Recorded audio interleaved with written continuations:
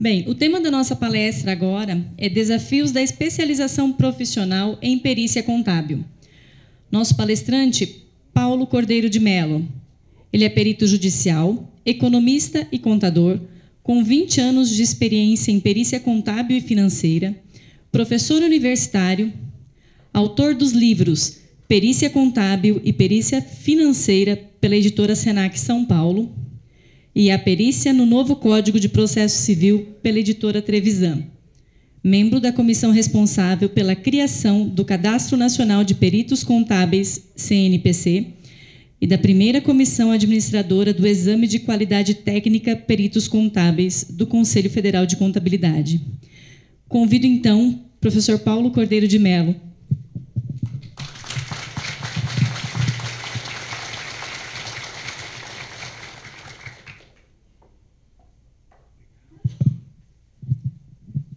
Eu não consigo ficar parado. Vou roubar aqui. Muito obrigado. Boa tarde, pessoal. Tá meio fraco, hein? Boa tarde. Opa, agora tá ótimo. Uma vez eu fui apresentar uma palestra lá em Cuiabá com a Silvia Cavalcante e ela falou: Paulo, a gente coloca logo depois do almoço que é para testar você, viu? Porque o pessoal vem com sono, né? Eu estou contribuindo aqui, vou deixar os livros ali no cantinho também. Nosso coordenador falou do sorteio e aí já está lá separado. Primeiro, agradecer imensamente a oportunidade que o CRC Paraná abriu, né, desde o ano passado, com o primeiro evento, né, estadual, e agora o segundo, né, uma grande expectativa. Agradecer imensamente ao Roberto, a toda a comissão, ao presidente, todo o corpo diretivo e os funcionários por abrir esse espaço tão importante para quem é da perícia contábil. Fico muito feliz de estar aqui e destacar, além da presença de todos os profissionais dedicados à perícia, interessados em perícia, profissionais que estão vindo de outros lugares. Então, a gente tem o nosso querido colega Edir Cristiano, que é da Comissão de Perícia lá do CRC Rio Grande do Sul e membro agora da Comissão no Conselho Federal de Contabilidade do Exame de Qualificação Técnica. E colegas aí, Aldo Nus, lá do Mato Grosso, está aí também. Colegas lá de Santa Catarina e Rio Grande do Sul também estão aqui junto. Então, mostrando a importância do evento para todo o país. A gente está aqui hoje. Eu sou Paulo e apaixonado por perícia, e para logo depois do almoço a gente tem que colocar uma coisa que seja interessante, saborosa. E aí, conversando esses dias com o nosso colega Roberto, a gente falou: vamos colocar lá desafios da especialização profissional. O começo é uma provocação, não é uma provocação, né, mas uma conscientização geral sobre a nossa atuação, onde a gente está inserido. E aí, durante muito tempo, durante um bom tempo, eu fui falando nas apresentações, destacando a importância que a gente vivenciou com o novo Código de Processo Civil. Então, rapidamente, para pontuar, para colocar o nosso assunto em destaque, lá no artigo 156, o Código de Processo Civil colocou vários aspectos, e talvez um dos aspectos mais importantes que impactou na vida dos profissionais da perícia contábil é o caminho para a criação do Cadastro Nacional de Peritos Contábeis, né? O artigo 156 colocava lá em destaque a necessidade dos tribunais de justiça criarem seus cadastros de profissionais, se ainda não tinham, né? Alguns tribunais do país já tinham essa cultura, mas passou-se a ser uma situação regular dentro do Código de Processo Civil a existência de cadastros de peritos mantidos pelos tribunais. E a necessidade de uma consulta pública para fomentar, para construir esses cadastros, e essa consulta, inclusive, direcionada pelos termos, né, que a gente tem na legislação, consulta a conselhos de classe. E aí começou toda aquela história que a gente conhece, da criação do Cadastro Nacional de Peritos Contábeis. Eu estava na comissão que fez parte dessa empreitada e agora a gente vem acompanhando o desenvolvimento das discussões e das práticas com o uso disso. Mas nesse dispositivo, e hoje é o grande momento, né, pelo menos o nosso encaixe aqui para a gente falar, o destaque dos tribunais. E eu fui vítima no começo desse ano, aquela coisa, a gente está muito acostumado com a perícia, vai fazendo as coisas, acompanhando. Em São Paulo, que é de onde eu venho, o Tribunal de Justiça demorou para criar um cadastro, mas ele criou no começo de 2017. E aí fiz o meu cadastro, né, segui todo o ritualzinho, o cadastro no tribunal. Passou um ano, eu recebi um e-mail. Paulo, seu cadastro está suspenso. Opa, pronto, meu castelo está desabando, né? Só vivo disso. O que que aconteceu? Tinha o sistema do Tribunal de Justiça de São Paulo tinha um gatilho que 1 ano sem movimentação no cadastro, ele é suspenso automaticamente. E aí a pessoa tem que reativar, colocar alguma informação, atualizar alguma informação para que ele volte à ativa. E aí me chamou a atenção e o dispositivo fala disso. Os cadastros tribunais eles devem ser atualizados, né? Avaliação e reavaliação periódica, pensando no cadastro de profissionais e a preocupação, né, com a formação profissional, atualização do conhecimento e experiência dos profissionais. Esse tipo de informação deve estar disponível para os magistrados, né, para quem é interessado ali no cadastro de peritos, as informações relevantes dos profissionais da perícia. E aí, talvez eu tenha sentido ali a verdade disso, né? Vai fazer o cadastro, legal. Vai colocar informações técnicas do profissional, histórico, currículo, etc. Mas essa manutenção, reavaliação periódica, ela além de ser automática, né, ela se faz necessária para que não fique um cadastro desatualizado, sem informações úteis para os usuários, né? O juiz vai ter que ter acesso a um cadastro que ele esteja pleno, funcionando, né, útil, ativo e com informações claras, precisas, que indiquem essas informações que são úteis para o destinatário. No Código de Processo Civil, esse não é o único momento em que aparece em destaque a importância da qualidade ou da qualificação do profissional que atua em perícia. A gente consegue encontrar isso em vários momentos. E aí a gente pode pensar que, para entrar em perícia, para permanecer em perícia, para não sair da perícia e para não ter algum tipo de prejuízo por estar na perícia, é muito importante o profissional enfrentar os desafios da formação, da atualização, da experiência profissional em perícia. Esse é o primeiro destaque, está no artigo 156, é um dos primeiros que trata da perícia e do perito no Código de Processo Civil. Não só ele, eu coloquei destaque, acho que quatro momentos do Código de Processo Civil, é rápida a nossa abordagem. O juiz, no artigo 465, que é uma releitura, uma reconstrução do que estava no antigo Código de Processo Civil, ele inovou ao colocar essa parte que está em destaque. A nomeação de um perito especializado no objeto da perícia. Essa preocupação ela deve existir, mas ela está escrita, ela está colocada no Código de Processo Civil. Mais do que isso, a exigência de que o profissional aponte objetivamente, coloque objetivamente essas informações de experiência profissional. Então, ciente da nomeação, o juiz vai nomear um perito e imaginando, né, conhecendo o currículo dele, que ele tem aquela capacidade, que ele tem aquela condição de enfrentar aquele tipo de trabalho. E mais do que isso, quando o perito recebe a notificação, a intimação, ele ciente da nomeação, ele precisa apresentar informações. Eu tirei o primeiro item lá, vocês sabem qual que é o primeiro item, né? Proposta de honorários. Mas eu não vou falar de honorários hoje, né, pessoal? Proposta de honorários, discussão de honorários, artigo 95, 465, não, isso é para outro momento. Aqui é desafios da especialização profissional. O foco aqui, currículo com comprovação de especialização. E aí eu já vou colocar na mente de vocês para a gente ficar pensando. Como é que eu comprovo a minha especialização numa área técnica para atuar em perícia? O que é comprovação de especialização? Especialização do quê? De quê? De quando? Esse é o grande assunto que tem, não me atordoado, né, mas me motivado a conversar com os colegas, né? O juiz vai precisar procurar alguém que tenha conhecimento técnico específico naquela área, porque não é qualquer um.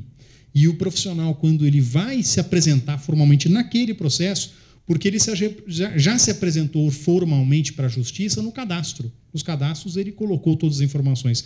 Mas especificamente naquele processo que ele foi nomeado, quando ele é ciente de que ele está nomeado, ele toma ciência de que ele está atuando o que ele deve atuar, ele precisa se mostrar, ele precisa trazer aquela informação técnica completa para a atuação. Então, para entrar, precisa.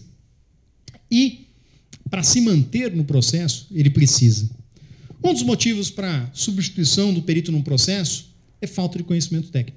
Se aquilo ficar evidenciado, se tiver evidenciado que ele não tem a comprovação de especialização, que ele não tem a capacidade técnica, que ele não tem a formação suficiente para aquilo, é motivo para retirada do profissional. Ele não vai permanecer, ele não vai continuar naquele processo. E, se ele permanecer, e a gente fica com apenas o medo do profissional que vai na aventura. Perícia não é aventura, perícia é um ambiente muito sério. O profissional que apresenta um trabalho deficiente, com problemas, incompleto, inconclusivo, dispositivo legal no Código de Processo Civil novo aponta objetivamente os prejuízos, né, que o profissional pode sofrer, colocando objetivamente o prejuízo na questão da remuneração. Falei que eu não ia falar de honorários, mas nesse aspecto aqui objetivo em relação à redução de remuneração inicialmente arbitrada em trabalhos, se o trabalho for inconclusivo ou deficiente. Então, só pensando nesses 4 destaques, né, a formação de cadastro para profissionais que consigam colocar informações técnicas de formação, atualização, experiência, né? O juiz, quando ele vai nomear um perito especializado no objeto da perícia. O perito tem que apresentar um currículo com comprovação dessa sua especialização, dessa sua especialidade. Se o profissional não tiver conhecimento técnico, capacidade técnica, é justificativa pura e simples para ser retirado da atuação. E se por algum acaso aquele profissional fez o trabalho e tiver nítido, tiver claro que é deficiente, que é incompleto, que é inconclusivo, que ele tem defeitos, aquela remuneração pode ser reduzida. E há pouco tempo eu tinha uma conversa com um juiz, uma conversa muito agradável, porque era um juiz de fora de São Paulo, então a conversa é mais leve, eu não vou ter nenhum trabalho com ele, então é aquela conversa livre. Ele falou, Paulo, isso aí, redução, eu entendo que é redução total. Né? Eu reduzi um pouco, não, se inclusive deficiente, uma porcaria, reduzo a 0. E é a interpretação do juiz, ele vai ter a caneta, a condição de valorar, de dimensionar qual é o prejuízo em relação à qualidade daquele trabalho dentro do processo. Então ficam esses 4 aí destaques para a gente colocar o nosso assunto de hoje, a nossa discussão de hoje. Formação, atualização e experiência profissional. Aqueles 4 assuntos estão lá no artigo 156. Então vamos lá, a gente enfrenta a perícia, né? Trabalha com perícia contábil é a nossa vida. A gente precisa ter formação para isso. Perícia contábil, a formação na ciência contábil, capacitação através de formação superior, inscrito no órgão de classe competente, que era a antiga leitura do artigo 145 no Código de Processo Civil de 73, que para a gente, né, vivemos dentro de uma profissão regulamentada, é muito, muito tranquilo essa observação da perícia contábil pelo profissional da contabilidade. Ótimo, maravilha. Só formação? Tudo muda todo dia, toda hora. Então, legislação, normas, procedimentos, tecnologia, técnica, tudo muda. Se a gente tiver só a formação, não vai rolar. A gente não vai conseguir sobreviver dentro do nosso ambiente de trabalho. Então, é necessário, não é só porque a gente está trabalhando dentro do sistema CFC e CRC, a perspectiva da educação profissional continuada. Isso é uma realidade. Eu lembro sempre da Sandra Batista, né, nossa colega lá, nossa conselheira lá no Federal, ela falava sempre isso. Paulo, sabe quando a gente consegue convencer fácil a história da educação continuada?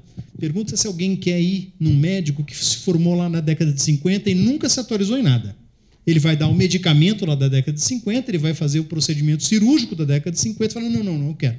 Eu quero lá tudo bonitinho, novo, moderno, porque é minha saúde. Contabilidade é ciência, ele evolui, a gente não pode usar o mesmo medicamento, a mesma técnica lá de trás. Ele, a cada dia ele tem um impacto. Né? Para eu que vivo da perícia civil, muitos dos colegas na área civil, a gente teve aí recentemente esse grande movimento, essa grande discussão que foi para a nossa classe muito importante, o novo Código de Processo Civil. Agora a gente já tem 2 anos aí de vivência, de experiência, a gente consegue colher os frutos e entender o impacto verdadeiro. Antes do almoço, a gente teve uma brilhante apresentação aí de alguma coisa que está acontecendo muito no momento, que é a reforma trabalhista. Então, todo mundo que vivencia os processos da justiça do trabalho está vivendo esse clima da atualização. Um profissional hoje que está na área civil, está na área trabalhista e não vivencia a mudança do Código de Processo Civil, não vivencia a reforma trabalhista, ele não está preparado para enfrentar a realidade. Então, formação, sim. Atualização, sempre, né? Para a gente poder sobreviver. Agora, ótimo, eu tenho formação, eu tenho atualização, então está tudo certo. A gente precisa, em perícia, como perícia é um ambiente profissional, é um ambiente de enfrentar todos os desafios no dia a dia, enfrentar o desafio diário de formar, construir o nosso repertório de experiências profissionais. Então, cada dia é um desafio novo, cada dia é uma história nova, né? Então, a gente está muito acostumado com a repetição de alguns assuntos, então eles entram no repertório, mas às vezes vem uma coisa nova, vem uma perspectiva nova, uma tese nova, né?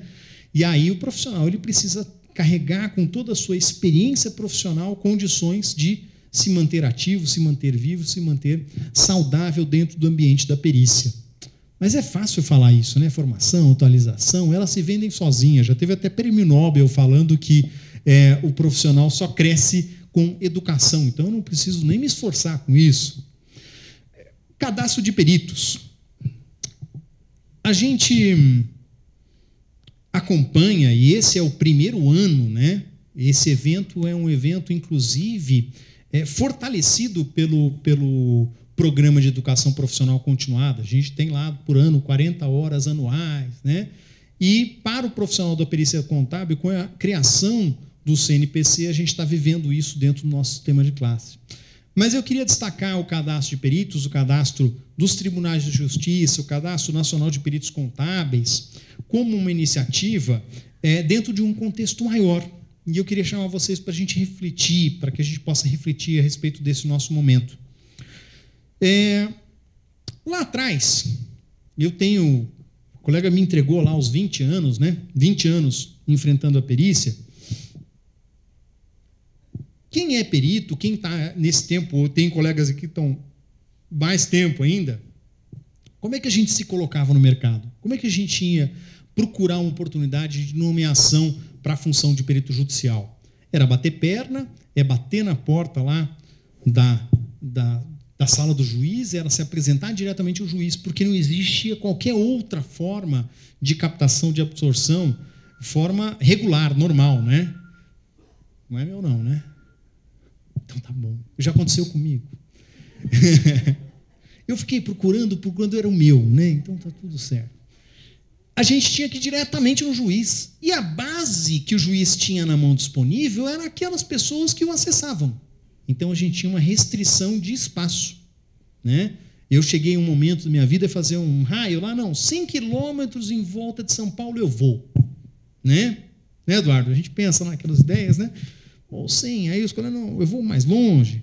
Mas era restrição de espaço, né? De você conseguir ir e voltar, entregar o currículo, conversar com o juiz, porque aquela realidade, quando eu comecei, é o processo físico e não tem cadastro.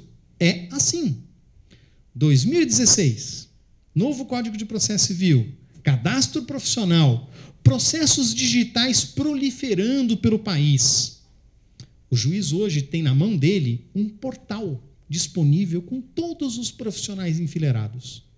Todos que se cadastrarem. Então, hoje o profissional pode fazer o cadastro, ele estando numa cidade, ele pode fazer o cadastro para uma cidade a 600 quilômetros de distância, sem restrição. E ele pode trabalhar na sua base sem sair do lugar, processo digital. Isso ampliou a nossa possibilidade de atuação, certo? Mudou, né? Então, lá atrás era uma perspectiva profissional, hoje é outra perspectiva profissional. Só que para o bem e para o mal. Então, aquele profissional que talvez nunca fosse naquela comarca se oferecer, no processo digital ele vai. E nós, enfileirados, nós estamos sendo testados, analisados, observados, né? Com todas as nossas características, condições e qualidades. Então, quando a gente coloca isso aqui, cadastro de peritos, processo digital, né? Essa condição de transparência, nos salta aos olhos, nos impressiona a necessidade da gente ter o nosso melhor repertório disponível. Formação, capacidade, experiência, atualização, isso tudo tem que estar disponível, tem que estar nas nossas mãos. Realidade. Mas eu estou criando uma conversa e colocando algumas sementes na nossa discussão, para a gente pensar o nosso dia a dia e os nossos desafios. E eu fiquei pensando muito, né? Os nossos desafios, e um já está aí, né?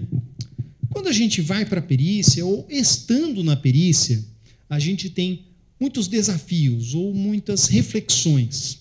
E elas são quase provocativas aqui, mas eu estou unido a todos vocês, estamos todos de mãos dadas, pensando a mesma coisa. E eu quero que cada um pense na sua escolha, no seu caminho profissional, junto comigo, para ver se a gente está no caminho certo ou não certo. E eu não sei bem o que é certo, mas eu estou colocando aqui o nosso desafio para reflexão. Primeiro, atuar só em perícia ou atuar em perícia e em outras áreas profissionais? Poxa, aspectos positivos ou negativos, frutos ou não daquilo que a gente vai fazer. Ah, Paulo, mas eu estou numa comarca muito pequena, então eu preciso ter um escritório de contabilidade e trabalhar com perícia. Ok, tudo bem, mas isso é confortável, isso vai ser bom para você, isso funciona para você, então está ótimo. Agora, eu tenho escritório de contabilidade, auditoria, perícia, consultoria, sou dentista, médico, personal trainer. Calma. Talvez não seja a melhor coisa do mundo. Eu não faço só perícia. Eu faço mágica também. Não. Eu leciono, mas eu fui lecionar numa área que para mim é muito confortável, é perícia. Então fica confortável, né? Mas eu resolvi fazer essa escolha por uma questão, não por uma escolha. Lá em São Paulo, eu passei numa sequência por 3 greves do judiciário. 2000, 2002, 2004, a gente teve 3 greves em sequência. E foi assim traumático, né? Então, por um acaso, naquela situação, eu falei, bom, adoro perícia, não quero largar perícia, eu quero perícia. Então, eu vou lecionar perícia também. Então, ali eu criava. Mas a gente sabe das realidades, das diversas realidades dos colegas em todo o país e no Paraná também, e das escolhas que a gente vai fazer, né? Talvez o ideal, talvez o sonho dourado seja trabalhar só com perícia. Foco total na perícia. Mas, às vezes, outras experiências te engrandecem e te proporcionam condições espetaculares. A gente estava vendo de manhã uma discussão espetacular sobre ECF, ECD, escrituração digital. O profissional que tem um escritório de contabilidade está acostumado com os dramas de construção da informação contábil. O perito, não. Eu estou acostumado, e esse é o meu defeito, a olhar a informação pronta. Eu não sou contador de escritório, eu sou perito contábil. Então, sim, é interessante pensar em outras áreas, e a perspectiva que essas outras áreas ou outras funções podem contribuir para a perícia. Aqui não tem certo ou errado. É um desafio, é uma reflexão. Só isso que a gente vai pensar no nosso dia a dia? Trabalho em perícia, ou trabalho em outras coisas, ou com outras coisas? Não. Coloquei mais uma provocação, ou um desafio aqui para a nossa reflexão. Atuar apenas na função de perito, ou na função de assistente técnico, em perícia, em assistência técnica, ou trabalhar tanto em perícia quanto em assistência técnica? Muita gente passa, quer dizer, quem não em perícia passa por essa reflexão. Eu passei por essa reflexão lá atrás. E eu tomei uma decisão. Não sei se é certo, eu estou achando até hoje que é uma decisão errada, né? Quando a gente olha o gramadinho verde do vizinho, a gente acha que pode estar errado, mas foi uma decisão e ela se sustenta dentro de algo que eu acredito. Eu trabalho só como perito judicial. Na função pericial, eu trabalho só como perito judicial, só nomeado por juízes. Ah, Paulo, mas ganha bem, ganha mal? Fica rico, não fica? Não estou pensando nisso. Dinheiro é uma outra coisa. Não vou falar de dinheiro hoje, né, pessoal? É uma questão de gosto, interesse, conforto, afinidade. É verdadeiro isso. Eu gosto da função, me sinto bem na função. Talvez, e aí a minha autocrítica, eu acho que eu não seria um bom assistente técnico. Eu não me sinto bem na função, eu acho que eu não sou bom para aquela função. Então, eu estou me enxergando e fazendo uma autocrítica. Talvez o nosso amigo Roberto ele sinta bem na função de assistente técnico. Gostaria de trabalhar como perito? Eu gosto de trabalhar como perito? Não. Mas você gosta? Então a gente tem aqui uma dupla visão, né? Eu sabia que eu ia pegar no pé do nosso colega Roberto. Para ele, a assistência técnica funciona muito bem e ele se sente muito bem. Não vamos falar de dinheiro, hein? Não é? Mais confortável, mais interessante? E aí a gente consegue enxergar. Tem colegas, e quando eu comecei a trabalhar em perícia, eu li uma dissertação de mestrado na PUC, que ela fazia uma pesquisa. E talvez eu e o Roberto sejamos micos-leões dourados correndo pelo Shopping Miller. Alguém já viu um mico-leão correndo no meio do shopping? Somos nós dois. Porque tem uma pesquisa, e não é a única pesquisa, uma dissertação mestrado na PUC São Paulo, que ela fez um levantamento, eu não lembro a base de dados, mas era assim, 98% dos profissionais em perícia contábil exercem a função de perito e assistente técnico. E aí a gente é aquela exceçãozinha lá que a pessoa trabalha só como perito ou só como assistente técnico. Certo? 3 micos-leões dourados, né, fugiram de uma reserva florestal e foram passear no shopping. Né? Não, porque senão a gente coloca aqui, não, trabalhar só em perícia, ou... É realidade. Mas será que é confortável? Será que é saudável? Será que é agradável você trabalhar com múltipla função? Não estou falando das questões de impedimento ou suspeição, mas as questões de impedimento ou suspeição também recaem. Porque não deve ser nada fácil para um perito. Estou trabalhando como perito, lógico, fiz um trabalho super legal. No dia seguinte, liga a empresa, olha, quero te contratar como assistente técnico. Fala, poxa, mas acabei de entregar o laudo, eu já agora viro assistente técnico. Então, essas coisas são complicadas para esse tipo de escolha. Eu estou tranquilo, né? Porque eu não faço assistência técnica. Então, questão de impedimento ou suspeição, para mim, vão recair só em situações lá, pessoais, familiares, né? Mas, no ponto de vista de escolhas profissionais, eu estou tranquilo. Não tem nenhum tipo de problema. O profissional que só faz assistência técnica também não tem nenhum tipo de problema. Ele não está lá com o vínculo da perícia, da função de perito, então, para ele está tranquilo. É uma reflexão. E a gente deita todo dia. Será que eu estou fazendo certo? Será que eu não estou? Será que é melhor a assistência técnica? Continua apaixonado pela perícia e o Roberto continua apaixonado pela assistência técnica e está tudo certo. Só essas duas reflexões que a gente tem? Ou eu trabalho só com perícia ou com outras coisas, ou eu trabalho com perícia e como assistente técnico? Não, acho que as nossas reflexões vão um pouco além disso. Coloquei um terceiro elemento aqui, e aí é mais provocador ainda. A gente vai subindo a régua da provocação. Realizar trabalhos da mesma área de especialização ou realizar trabalhos de diferentes áreas. E aí eu vou chamar a atenção de novo, vou pegar no pé de 2 colegas agora, senão eu fico pegando só no pé do Roberto, vai parecer que eu estou só prestigiando o nosso coordenador aqui. Mas pensem assim, o especialista, e o nosso assunto é desafios da especialização profissional. O especialista, ele trabalha com muita tranquilidade na sua área de especialização. Bom, né? Por quê? Porque ele vê todo dia aquele mesmo assunto de diversas formas, diversos ângulos, diversas perspectivas do mesmo assunto. Ele vira um especialista. Eu quando era mais novo, eu treinava lá jiu-jitsu. Eu tinha visto um vídeo há pouco tempo atrás de um dos filhos do Hélio Gracie, né? Ele tem uns 65 anos e ele luta desde os 3 anos. Então, ele está há 60 anos treinando. E era uma brincadeira do vídeo interessante de ver, não é só pela luta, não. Aparecia um faixa branca, com 25 anos, cheio de energia. E ele não conseguia fazer nada com o senhor de 65, porque ele está há 60 anos desenvolvendo aquela técnica. Ele é especialista, Master Blaster Plus com aquilo lá. Então chega aquele jovem com pouquíssima técnica e não consegue fazer nada. Energia, mas não tem técnica. Força, vontade, não tem técnica, não é especialista. Então pega um assunto tipo área financeira. Pega o Roberto, ele sabe tudo, porque ele vive aquilo tudo de todas as formas, com todas as perspectivas. Em assistência técnica, a gente sabe que ele é o especialista. Agora, pega um perito generalista. Pega um perito, pega diversas áreas. Aí ele é nomeado num perito e tem como assistente técnico Roberto, numa ação que envolve banco, a perícia financeira.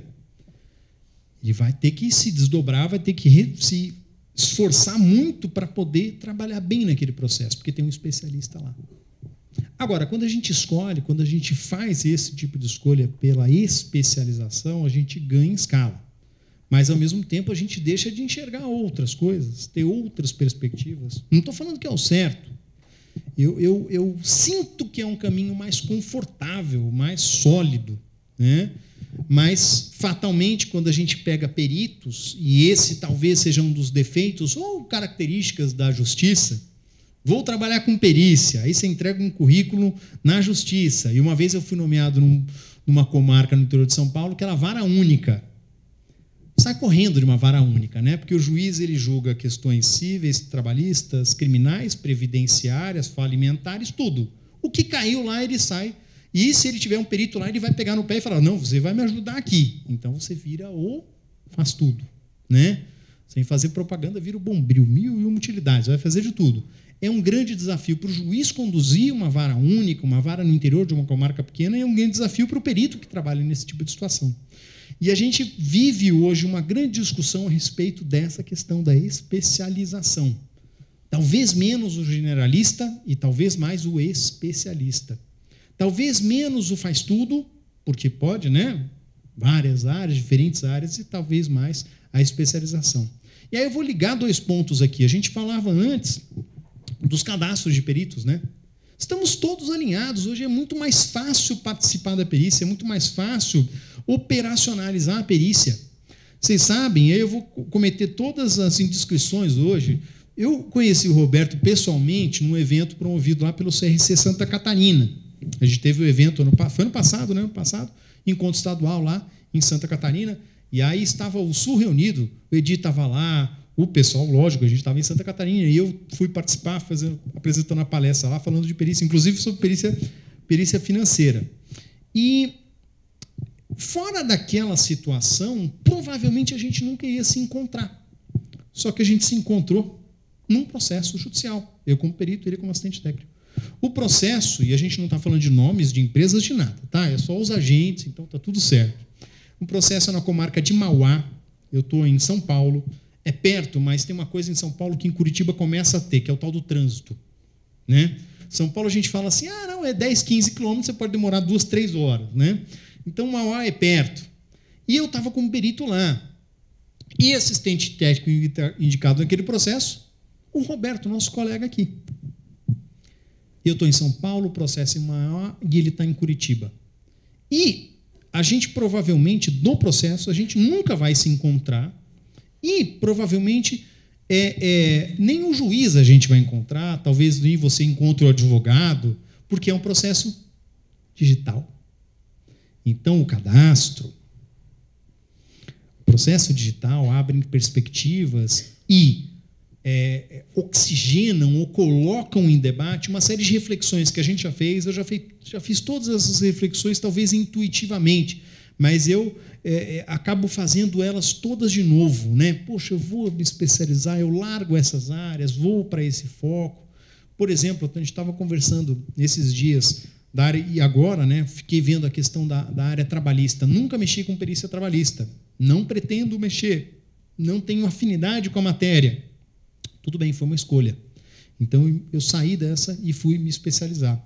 Mas é muito difícil a gente se especializar na justiça, por exemplo, na justiça civil. Na justiça o trabalho é ótimo, porque ela é extremamente especializada, mas a justiça ela tem como característica isso. Muitas vezes a disseminação e a dificuldade da especialização, né? Então, eu tento sair de algumas situações, mas eu acabo sendo um especialista meio generalista, porque eu mexo com civil, com empresarial, com tributário. Então, eu tento restringir a algumas áreas, não a uma única área, né? Vez ou outra, Roberto, eu fico lá, deito à noite e falo, não, eu vou fazer só financeira. Chegar um tributário, vou declinar. Chegar um empresarial, avaliação de empresa lá, não vou fazer. Aí vem lá e fala, ai, caramba, mas é difícil recusar, é difícil não fazer. Eu gosto da matéria também, eu sei fazer matéria, poxa, Já fiz tantas questões lá de ISS, como não fazer? Eu consigo fazer, eu me sinto capaz. Mas tem outras áreas que chega e não vou. Então, uma vez eu recebi uma nomeação lá, uma vez eu comentei isso com o Eduardo, que eu fui nomeado como administrador judicial, numa recuperação judicial. Só que quando eu fui nomeado, ato contínuo que eu fui nomeado, eu recebi a intimação, meu telefone tocou. Paulo, bom dia. Que o advogado, eu sou do banco tal, o senhor foi nomeado administrador, então eu já quero marcar uma reunião. Como assim reunião? Calma. Como é que funciona? Não. Tem reunião, tem não sei o quê, tem lista, tem valor. Não, calma, eu sou perito. Não, você já está nomeado aqui agora. E aí eu comecei a ficar desesperado, porque até o final da tarde ligaram mais 5 bancos. Como assim? Aí agora tem que marcar reunião, tem que fazer lista de sei lá o quê. Não, calma, como é que é isso? Não. Eu recusei. Foi a primeira recusa nessa área. E aí eu falo isso, o Eduardo está lá rindo à toa, né? Porque ele faz malabarismo com essas histórias, né? Ele já tem lá a listinha, ele já sabe como operacionalizar, já sabe como marcar a reunião, porque ele é um especialista, um dos maiores especialistas. Mais tarde a gente tem um encontro com ele, que vai falar de perícia em falência e recuperação judicial. Eu nunca fiz e pretendo nunca fazer. Mas não vou falar dinheiro, porque é uma escolha horrorosa para mim não trabalhar com isso, porque ganha muito dinheiro com isso. Muito dinheiro, né? A gente fica ralando lá em perícia financeira, aí chega o pessoal da falência e recuperação judicial e fala, perícia financeira? Que isso? Aí não dá nada. Absurdo. Tributário, você acha que dá dinheiro? Tributário, coitado, você não sabe nada. Falência e recuperação judicial, né? Valores astronômicos. Depois ele conta para vocês. Né? Não é, né? Eu já falei para o Eduardo de colocar um botão assim, fique milionário em perícia e falência e recuperação judicial, pergunte-me como, né? É assim quase isso. Mas é o nosso desafio. Especialização, várias áreas de especialização, recusar alguma coisa, aceitar, né, das áreas diferentes da nossa, é a nossa reflexão.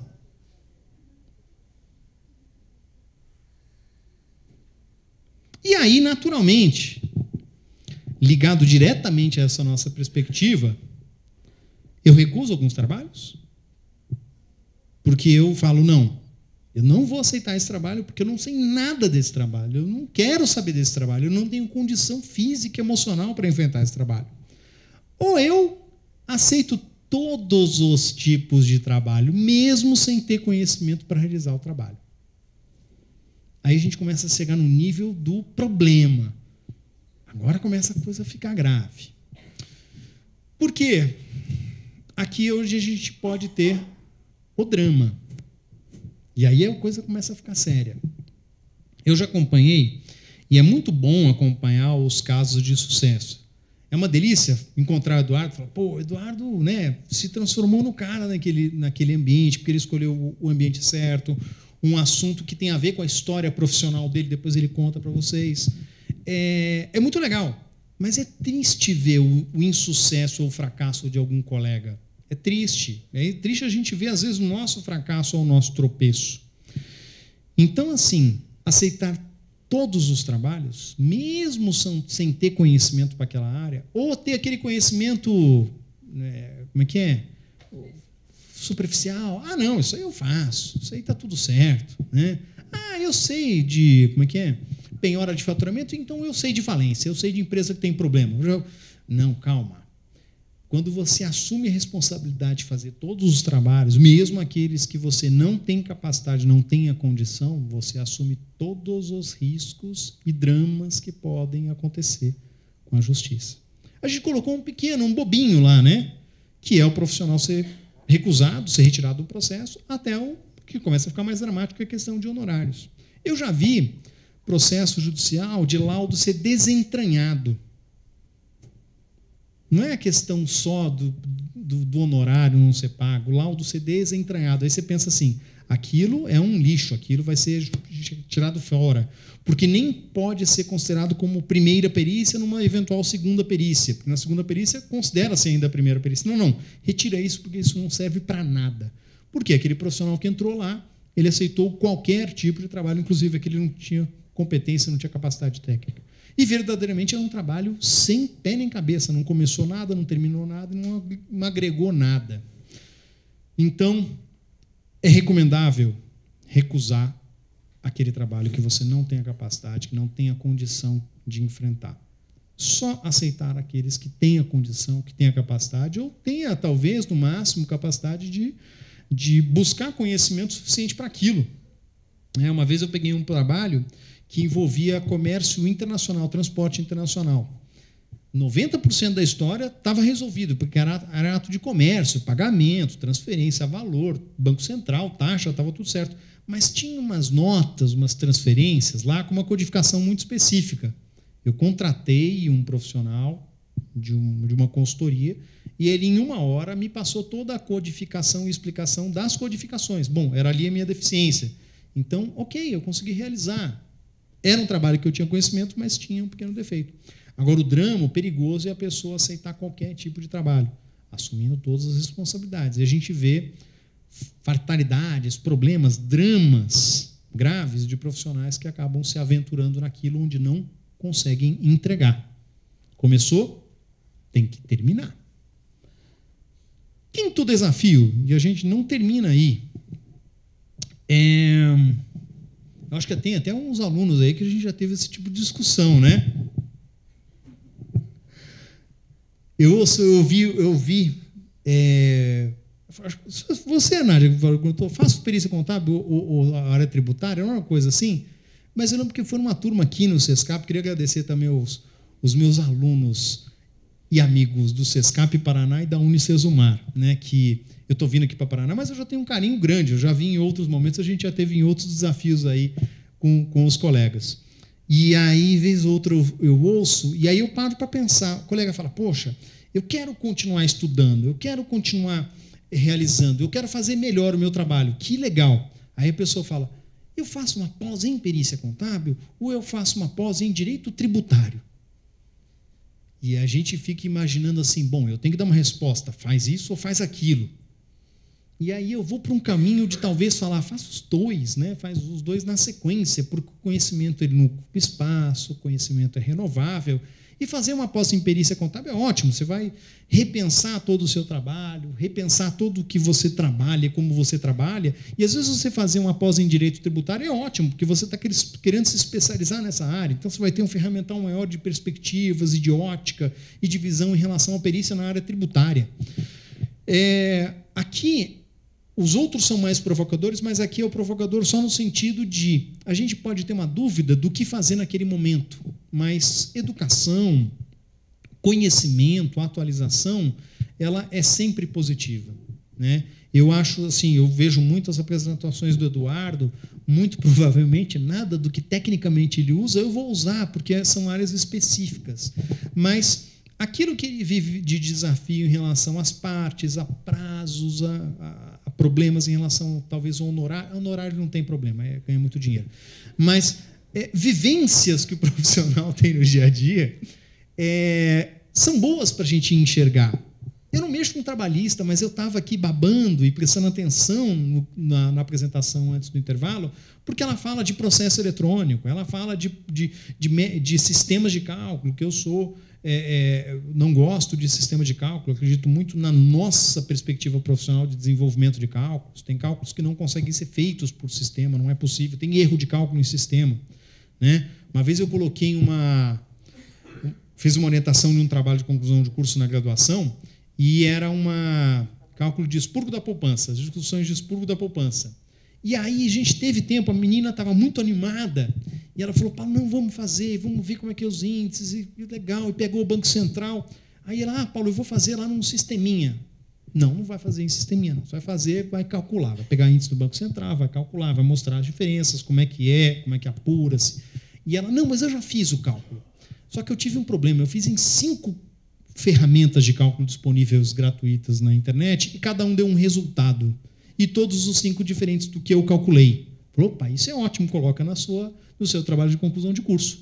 Que o cálculo, utilizando todos os índices, né, com todas as diferenças e com base no índice, pesquisar no Banco Central, deu um resultado.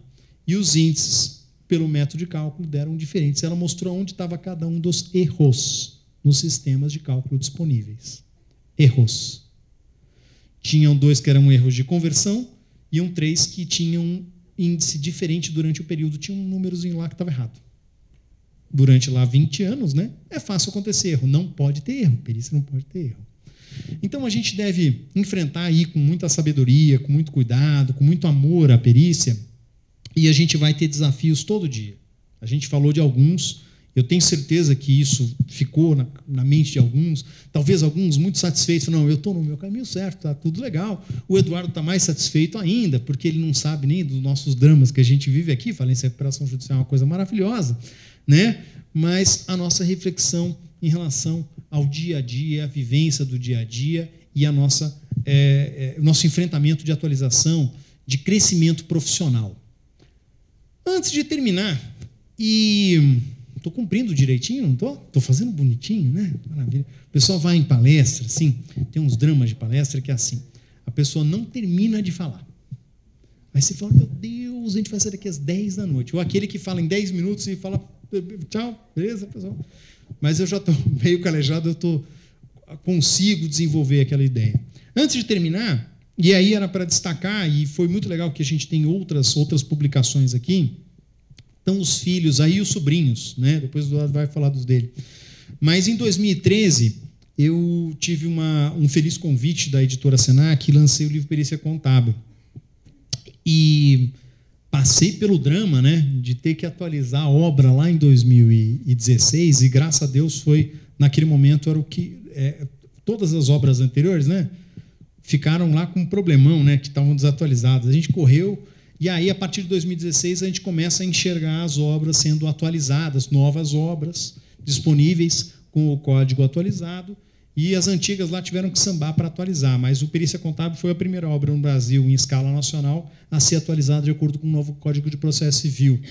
Perícia Financeira saiu em 2016, no finalzinho de 2016, já 2017, e como esforço da discussão que eu comecei em 2015, uma discussão que não foi sozinha, mas ela repercutiu muito positivamente para mim, eu acho que para todos nós, a discussão da perícia no novo Código de Processo Civil. Então, é uma obra única ainda no país, e eu acho que agora não tem mais nem sentido discutir mais isso, mas falar da mudança do Código de Processo Civil a gente enfrentou lá.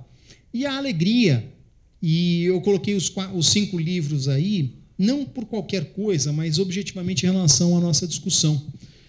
Um drama que a gente tem em perícia, quando a gente vai buscar informação, cursos, literatura, estudos, a gente tem muito pouca coisa hoje.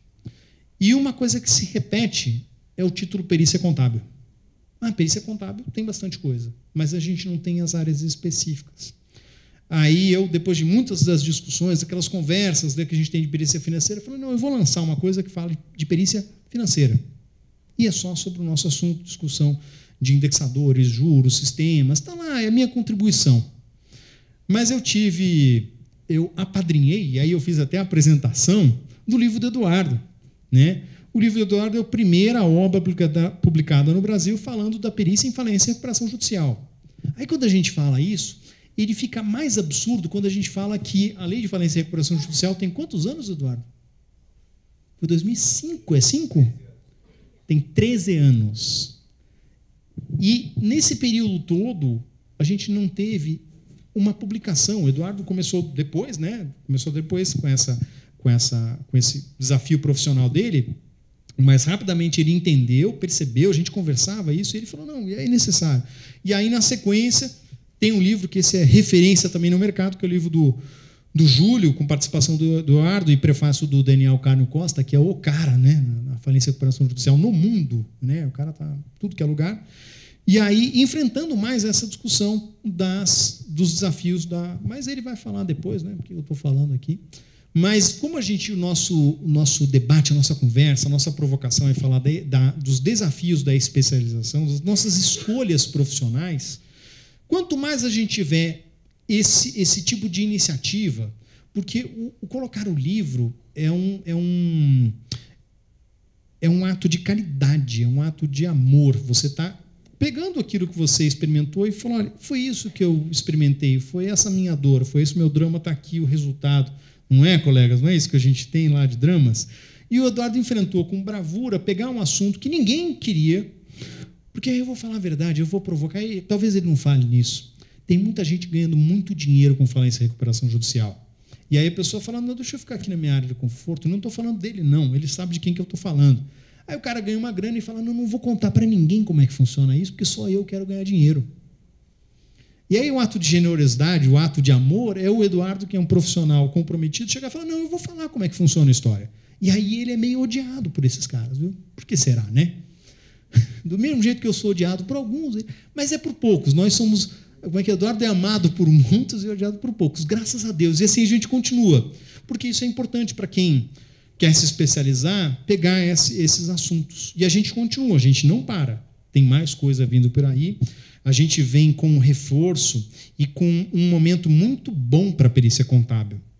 Um momento em que a gente tem cadastro, em que a gente tem educação continuada, em que a gente tem eventos de perícia acontecendo em todo o Brasil. Aqui o CRC Paraná trouxe essa iniciativa e está lá prosperando, sala cheia, né? Todo mundo falando, né? Isso é muito bom. A gente tem um ambiente mais saudável, mais otimista, mais oxigenado, com mais energia para as nossas perspectivas profissionais. Para que todos aqueles nossos desafios não sejam dramas, sejam só desafios, sejam apenas reflexões. Qual caminho eu vou tomar e por que eu vou para aquele caminho ou para o outro caminho?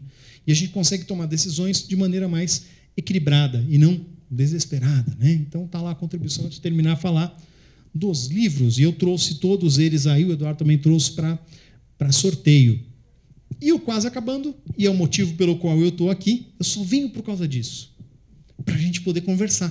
Porque eu falar, eu já sei que eu vou falar, eu sou meio previsível quase, né, para mim mesmo. Mas poder encontrar os amigos, fazer novos amigos, é momento para a gente trocar. Né? E aí, com certeza, eu vou aprender, a gente vai poder enxergar dramas pessoais, profissionais. Obrigado, mas antes do obrigado, as perguntas. Temos? Podemos? Janaína Riegel. Tem um microfone?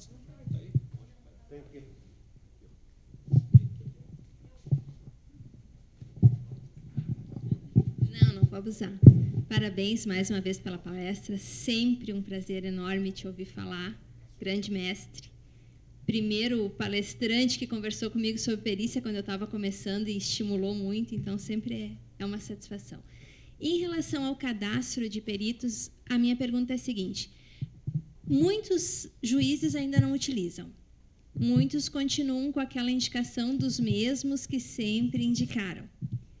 Tu aconselhas a continuar visitando os tribunais e fazendo contato ou mantermos o nosso cadastro lá atualizado? Qual a tua dica em relação a isso? Continua acontecendo isso? Continua. Pessoal? Eu sou gaúcha, falo do Rio Grande do Sul. Não sei dos demais, acredito que sim. Obrigado, Janaína, pela pergunta. A Janaína vem de longe, eles vêm do Rio Grande do Sul.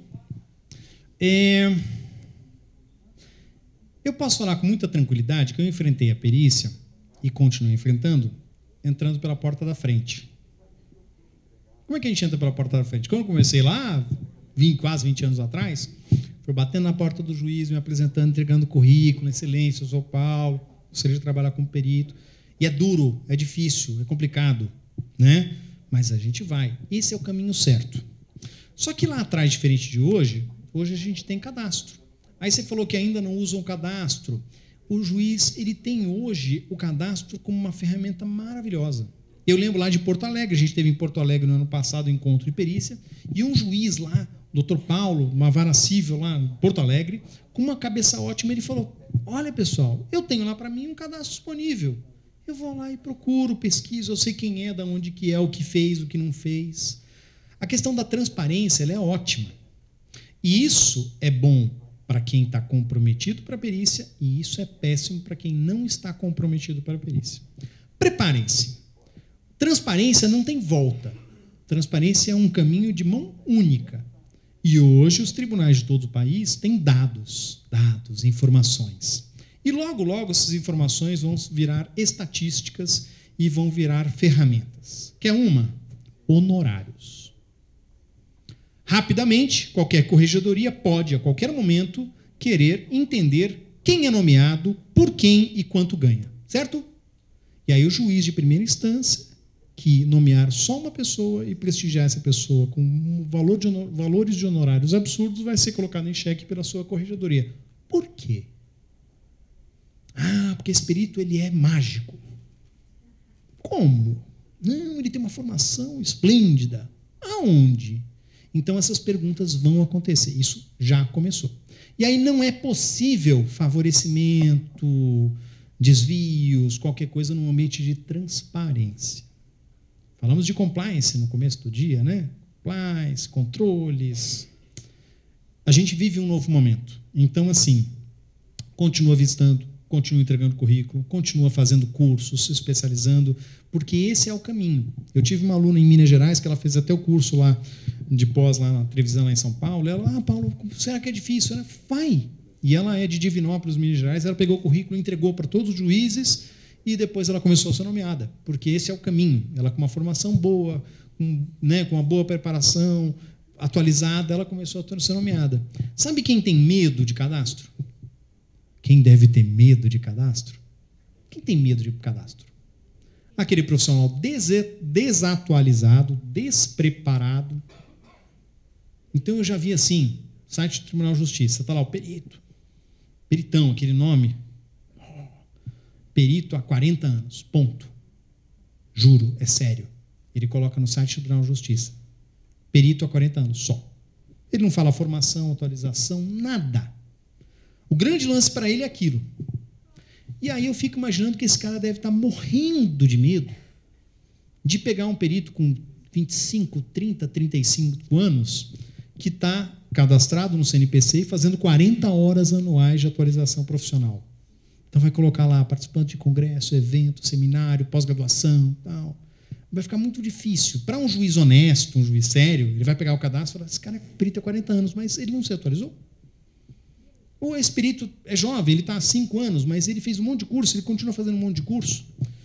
Tem um colega nosso lá em São Paulo, em Ribeirão Preto, que uma vez eu conversei, e aí essa é uma das nossas esperanças, a gente está acompanhando isso do começo. Desculpa falar demais isso, mas eu acho que a gente vai matar um monte de história.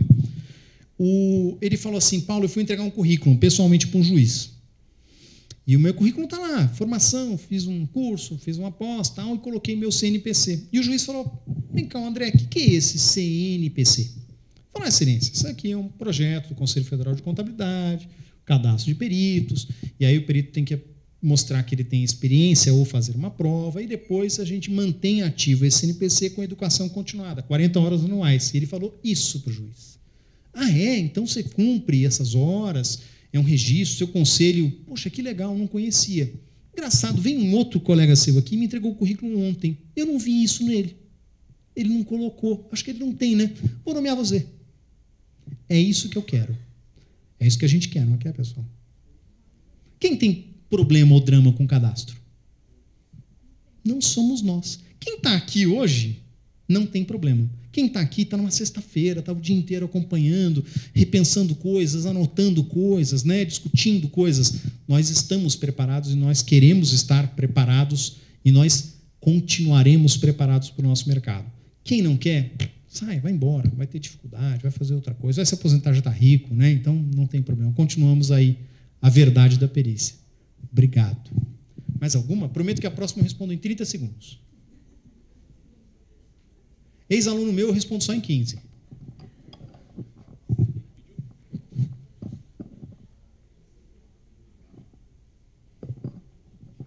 Obrigado, professor, por mais uma vez poder compartilhar conosco o seu conhecimento, né? Já participei em outras vezes.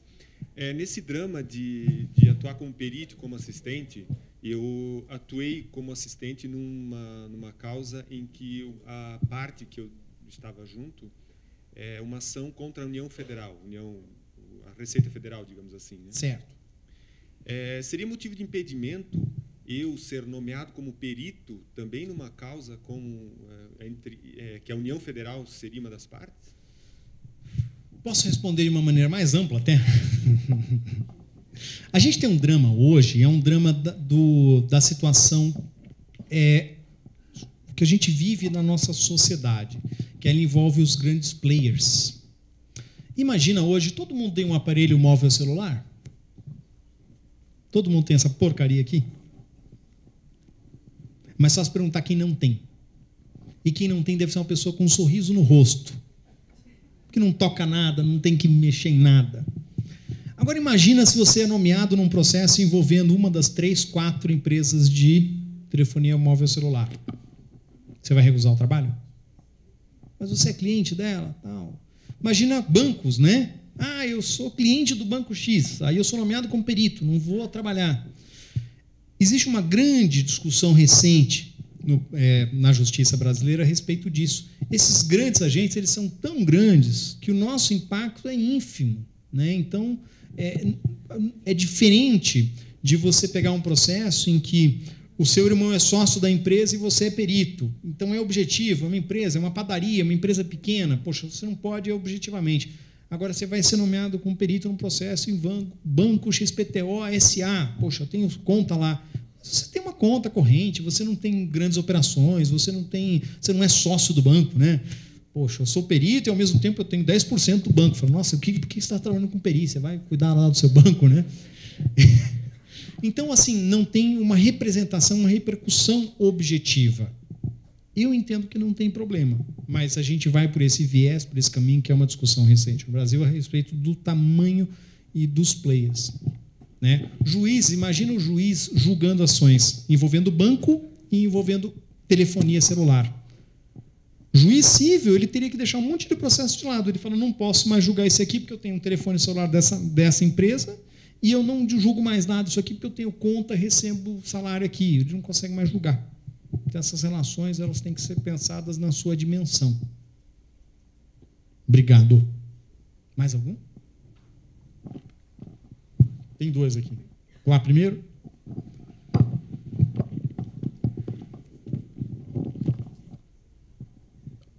Eu estou encantado com a tua pedagogia. Muito obrigado. Obrigado. Então, eu criei coragem de te fazer uma pergunta. Quando nós falamos de métodos, principalmente as pessoas que trabalham dentro da área docente, a gente traz uma preocupação de que o conhecimento científico, principalmente a pesquisa científica, é a forte base que sustenta os métodos. Aí escrevem um artigo do Código de Processo Civil, do atual, onde se faz a afirmativa que o perito deve indicar método. Só que não diz se você se reporta ao método quanto ao quesito ou quanto ao laudo. Porque nós sabemos, de regra assim, mais geral, que o que orienta a perícia em primeira discussão são os quesitos. Então, a gente fica limitado a um campo de conhecimento, mas que ele, às vezes, é diversificado. Eu também não encontrei jurisprudências ainda, porque é novo, né, o Código, que tratasse desse assunto. É por isso que eu queria ver a tua opinião. Muito obrigado. A respeito do método, principalmente disso. Obrigado pela tua atenção. Muito obrigado. No novo Código de Processo Civil, o que o colega está falando, e ele brilhantemente chamou a atenção disso, o Código de Processo Civil ele inovou em alguns momentos e ele colocou uma inovação interessante, que ele fala que o laudo pericial deve conter a exposição do objeto da perícia, a metodologia utilizada nos trabalhos periciais, indicando qual a fonte, né, que ela seja majoritariamente aceita no campo científico, né? Está escrito no Código de Processo Civil isso que o colega falou, metodologia. A primeira coisa que a gente coloca para dar uma acalmada nos ânimos que é o seguinte, o Código de Processo Civil, e aí eu vou falar uma coisa, vocês vão ficar assustados, o Código de Processo Civil não fala em nenhum momento sobre perícia contábil, certo? O código ele é geral, ele é amplo para todas as áreas de atuação da perícia. Então, tudo que a gente lê lá no Código de Processo Civil fala de perícia de engenharia, medicina, contabilidade, matemática, biologia. Ele é geral e ele deve servir para todas as áreas do conhecimento. Essa questão não é polêmica, mas essa questão lá da metodologia, ela impacta muito nas áreas científicas, medicina, biologia, etc., porque tem métodos muito diferentes de atuação e metodologias desenvolvidas cientificamente que devem ser defendidas. Não que na nossa área não tenha, mas ele coloca que o perito deve indicar qual é o método. E, tradicionalmente, numa perícia contábil, a gente tem alguns métodos. Talvez o método que a gente vai mais usar no nosso laudo seja exame de documentos. Quando a gente faz uma perícia financeira, a gente está fazendo o quê? Examinando documentos, examinando contratos, examinando valores, né? Pesquisa, exame, realização de cálculos, métodos de cálculos. Então, a perícia ela tem que apontar isso lá.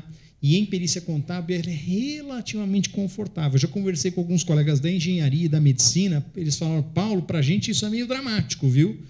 Porque eu tenho que pegar um monte de estudos e colocar lá, apontar, é meio dramático isso aí, não é meio complicado. Para nós ainda é mais tranquilo. Mas a gente precisa evoluir muito em relação a essa discussão a respeito de método, metodologia colocada ou defendida dentro de um laudo.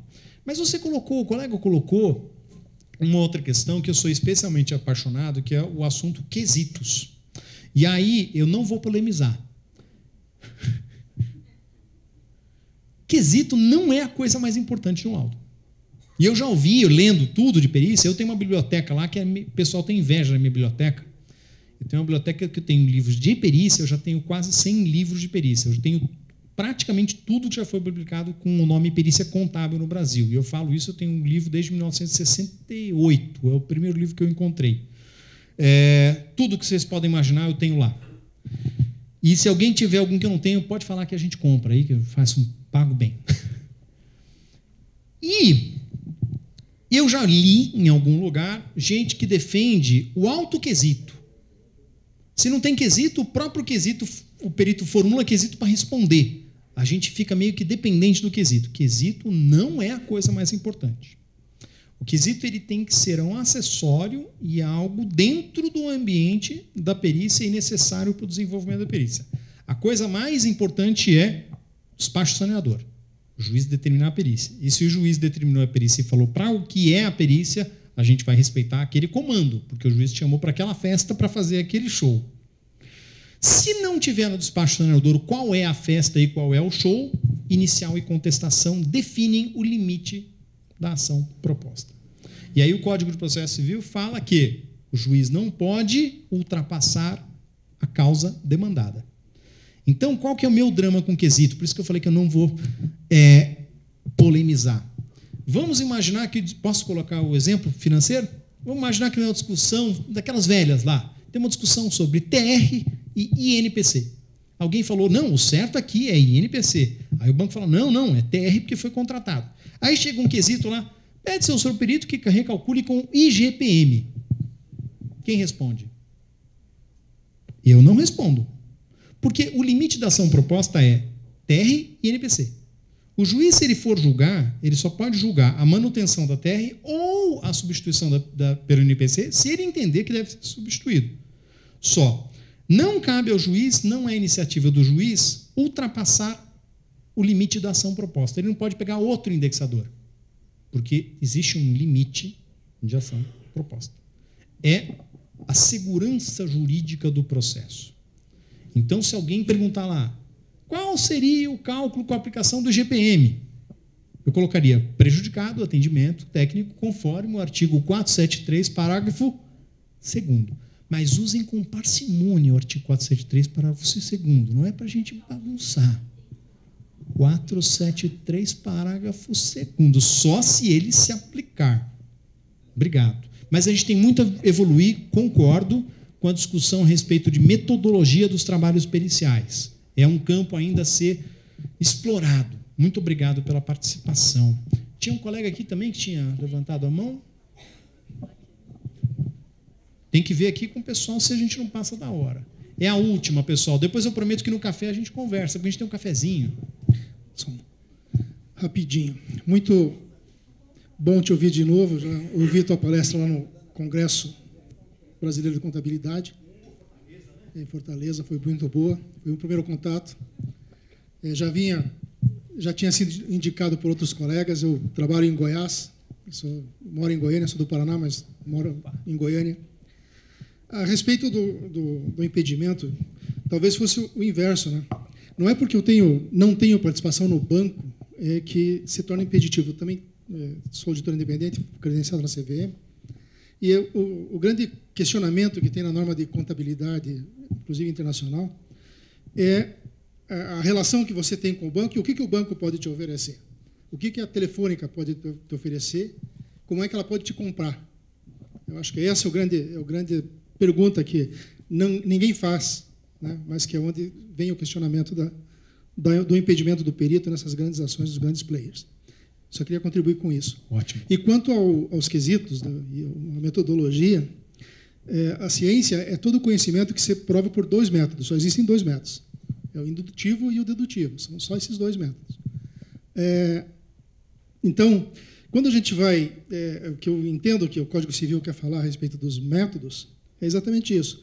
De onde e como que eu cheguei, qual foi o caminho que eu trilhei para chegar nesses métodos aí. Era isso que eu queria colocar como contraponto até, era contrapor até aquilo que você tinha colocado. Brilhante contribuição. Muito obrigado.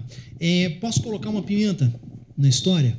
Aproveitando, já que você contribuiu aí com uma questão especial sobre método, mas você falou também em relação ao impedimento à suspeição. A gente vai viver agora, a partir desse próximo momento, uma discussão, não é uma discussão terrível, complicada, não, de iniciativa de mudança das normas brasileiras de contabilidade aplicáveis à perícia. Tem alguns elementos lá que a gente precisa rever, repensar. Impedimento à suspeição, e eu quero aproveitar que a gente acabou tocando no assunto do novo Código de Processo Civil, desde 1992 o impedimento à suspeição só é aplicável ao perito, não é aplicável ao assistente técnico. E a gente tem ainda um resquício dentro da norma dessa perspectiva do assistente técnico ser impedido suspeito.